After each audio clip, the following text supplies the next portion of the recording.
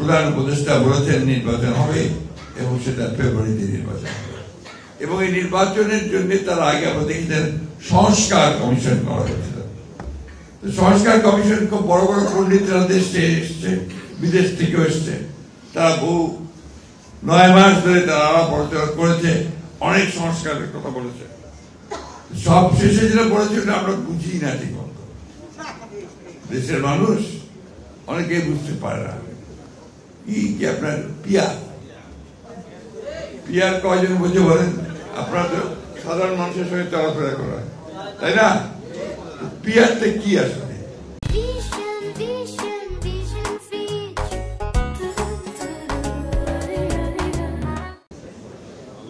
ইংরেজি শব্দ হচ্ছে প্রপোর্শনাল রিপ্রেজেন্টেশন।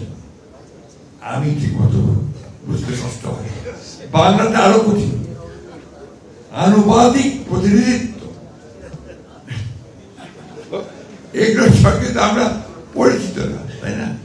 বাংলাদেশের মানুষ বোঝে ওয়ান ম্যান ওয়ান ভোট, একজন ব্যক্তি দাঁড়াবে, তার মার্কা থাকবে, থেকে মার্কে আমি ভোট দেবো, তাই তো? এটাই আমরা সব সময় সেই আদিকাল থেকে দেখে আসছি। এখন আপনি এটাকে পরিবর্তন করবেন, তার জন্য আবার গণভোট করবেন। গণভোটে থাকবে আবার হ্যাঁ না।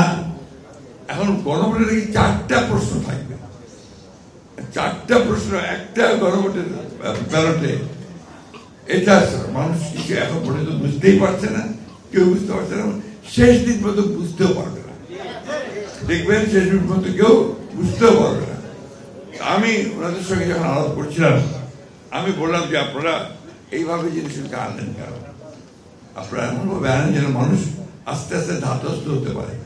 পরিবর্তন তো আমরা চাইছি।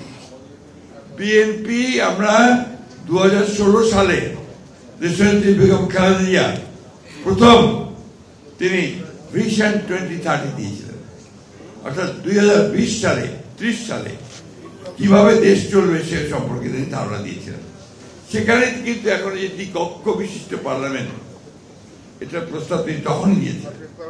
এবং প্রধানমন্ত্রীর 2 বারের বেশি হওয়া উচিত না তার টার্ম, সেটাও তিনি দিয়েছিলেন। এরপরে 2023 সালে আমরা প্রথমে 27 দফা, পরে অন্যান্য দলগুলোর সঙ্গে আলাপ করে আমরা 31 দফা কর্মসূচি দিয়েছি। ওখানে সংস্কারের সবকিছু আছে, সবকিছু বলা আছে।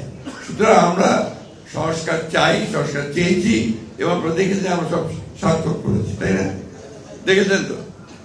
এখন দেখা গেল ফাইনালি যখন আপনার সেই সুপারিশগুলো আসলো, তার অনেকগুলো বিষয় আছে যেগুলো আমরা সই করি না। অর্থাৎ এখানে একটা বলা যেতে পারে যে ওই কমিশন সঠিক কাজটা করে নাই। তারা যেগুলো একমত হয়েছে সব রাজনৈতিক দলগুলো, সেগুলো দিলেই সবচেয়ে ভালো। একটা রাজনৈতিক দল সমানে চিৎকার করছে পিয়ার দিতে হবে, পিয়ার দিতে হবে, পিয়ার না হলে নির্বাচন হবে না। অনেক হুঙ্কার টুঙ্কার হয়েছে, তাই না? এখন আবার সুর নরম হয়ে গেছে। এখন দেখা যাচ্ছে নির্বাচনের জন্য সব চতুর্দিকে ডাকদৌড় চলছে, তাই তো? এই জিনিসগুলো ঠিক না। মানুষকে যেটা বলবেন সেটা সঠিকভাবে যাওয়া উচিত, কিন্তু মানুষকে বোকা বানিয়ে ভুল পথে পরিচালিত করা আমার মনে হয় না। আপনারা সবাই আলেমুল আছেন, এটা ইসলাম আমাদেরকে কোথাও বলেছে, এটা আমার বুঝতে আলো হয়। এই যে কিছুক্ষণ আগে কিন্তু বললেন যে জামাতের টিকিট কাটলে জান্নাতের টিকিট কাটা হবে, কোথায় আছে আমাকে বলুক, তারা দেখিয়ে দিই কোথায় আছে। এবং এইটা ঠিক না। ধর্মকে ব্যবহার করে রাজনৈতিক ফায়দা নিয়ে নেওয়া, এটা কখনই আপনার ইসলাম এই কথা বলে না। এই কথাগুলো আমি এই জন্যই বলছি, যেগুলো সমস্যা হয়ে দাঁড়িয়েছে, কথাগুলো বলছে সবাই। এই কথাগুলো আজকে জনগণের সামনে আসা উচিত, বেশি করে আসা উচিত। সবচেয়ে বড় কথা হচ্ছে যে এই মহলটি, তারা কিন্তু আপনার রাজনৈতিক অঙ্গনে দাঁড়াতে পারছিল না। আমাদের শহীদ প্রেসিডেন্ট জিয়া রহমান সাহেব তাদেরকে সুযোগ করে দেন রাজনৈতিক অঙ্গনে আসার। আইডিয়ার নামে প্রথম এসেছিল, মনে আছে আমাদের, ইসলামিক ডেমোক্রেটিক লীগ। তারপরে তারা কাজ করেছেন, আমাদের সঙ্গেও কাজ করেছেন, আমরাও তাদেরকে নিয়ে কাজ করেছি। কিন্তু দুর্ভাগ্যক্রমে গত 10 বছর কিন্তু আমরা তাদের এই ফ্যাসিস্ট হাসিনাকে পরাজিত করবার জন্য রিজনেবল দৃশ্যমান কোনো কাজ দেখিনি। ঢাকা বিশ্ববিদ্যালয়ের নির্বাচনে শুনতে পাই ছাত্রলীগের মধ্যে তারা ঢুকেছিল, শুনেছি, আমরা জানা নেই আমার, অর্থাৎ ছাত্রলীগ সেজে তারা সেখানে ছিল। এই ধরনের কাজ তো আমরা করতে পারি না। আমরা সরাসরি সামনাসামনি লড়াই করেছি। আমাদের 60 লক্ষ মানুষের মধ্যে মিথ্যা মামলা দেওয়া হয়েছে, আমাদের 20,000 লোককে হত্যা করা হয়েছে, প্রায় 1700 মানুষকে, নেতা, আমাদের এমপি সহ গুম করে দেওয়া হয়েছে। আমরা 200, 300, 400 মামলা নিয়ে আছি, আমাদের 11 বার জেলে গেছি। কিন্তু আমরা একটা বিষয় আমরা চাচ্ছি যে আমরা একটা গণতান্ত্রিক রাষ্ট্র চাই।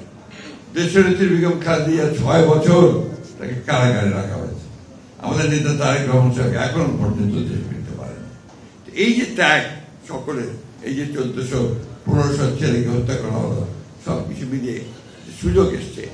আসুন আমরা সবাই মিলে অন্তত এই জায়গাতে আমরা ঐক্যবদ্ধ হই যে একটা সুন্দর সুষ্ঠু নির্বাচন সকলের অংশগ্রহণের মধ্যে দিয়ে গ্রহণযোগ্য একটা নির্বাচন করে আমরা একটা গণতান্ত্রিক সরকার, গণতান্ত্রিক পার্লামেন্ট গঠন করি, যার মধ্য দিয়ে আমরা আমাদের সমস্ত সমস্যাগুলোকে তুলে ধরতে পারবো। পার্লামেন্টে আলাপ হবে, সেই পার্লামেন্টে ডিসিশন হবে, সেটাই হবে জনগণের সিদ্ধান্ত। আমি সবশেষে আপনাদের সঙ্গে একাত্মতা ঘোষণা করছি এবং আশা করছি যে আগামী দিনগুলোতে আপনাদেরকে এগুলো নিয়ে এই আন্দোলন করতে হবে না বা দিন